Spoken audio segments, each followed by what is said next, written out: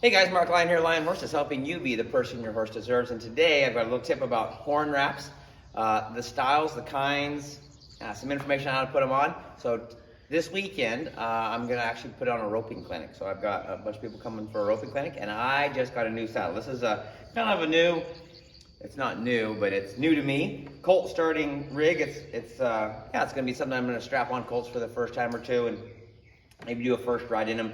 It's pretty secure, and it's not super expensive. So if they, bump into the, round pen or whatever and scratch it up a little bit, I'm not gonna be too worried about it. So it came with no horn wrap on it. This has got a post horn on it, and I want horn wrap.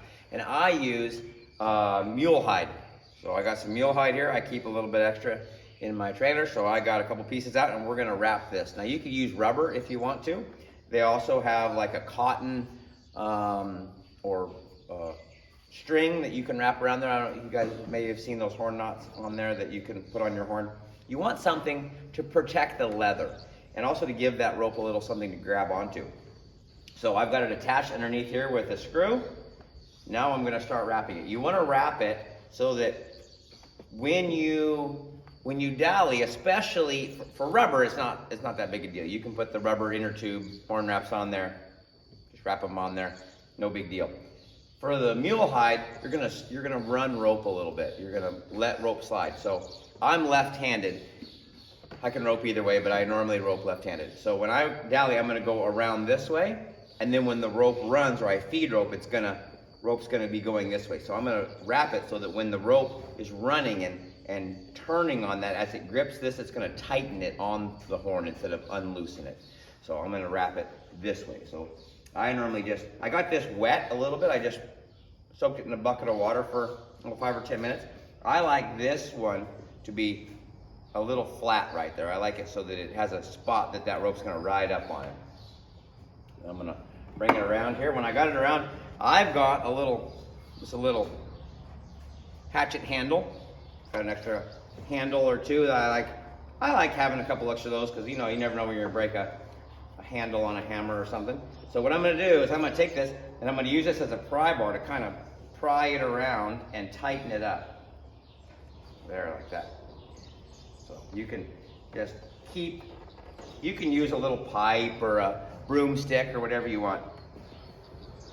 There we go.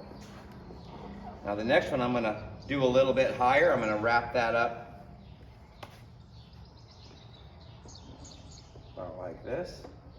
I like it when the base down here is a little bit narrower. I like it so that the top's a little bit and it kind of fades down just a little bit. That kind of helps the rope go towards the base of the horn. And when it goes towards the base of the horn, it's closer to the horse's back. So that kind of keeps the leverage on their withers a little bit less. It also allows you to stack dallies. When you're putting dallies on, you're gonna probably stack them on top. So you want those kind of run down to the bottom so that your dallies are stacked on there.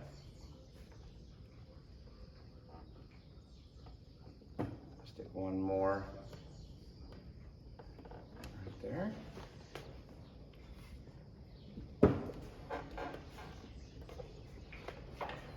This just kind of seats it on there pretty good. Now this next one, I'm gonna run around the back of the horn a little bit. Like that. That kind of helps keep it secure from the mule hide actually trying to run down the rope or down the base of the horn.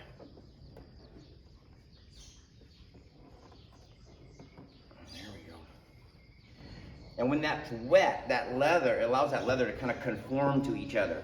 And I'll probably tap it in there I'll grab my shoe and hammer here in a little bit and kind of tap all those ridges, but that's pretty good. And then what I did is you can split this, stick it over the horn and run it underneath and then start doing it. I put a little screw on the bottom. And then what I'm gonna do is I'm gonna slide this piece underneath that strap here, and that'll kind of help you. And I'll kind of show you how to do that here in a second.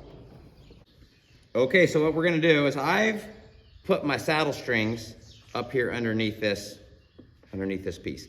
You can use if you want to use a pair of needle nose pliers or something to stick it up there, that's fine, but this works pretty good. I like the rough out to be together, and then I just slide that piece in there, and that little saddle strings will kind of grip on that rough out of your horn wrap, and then you can just slide it in there just like that. We're just gonna slide that down there like that, and that's gonna keep it nice ready. And we're gonna take a hammer and we're gonna tap that in there just a little bit. So you can see these little ridges there, and those are gonna wear down after a while, but a lot of times what I'll do is I'll kind of pull on that and I'll just kind of tap it in there a little bit, and you can kind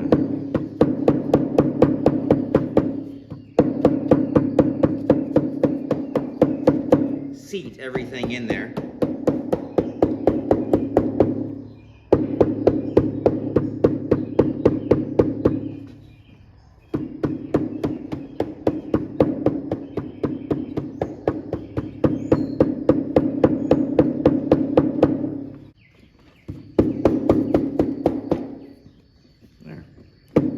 Now the next thing is we're gonna have to go rope something and make a few horn tracks in there and just kind of put little grooves in there.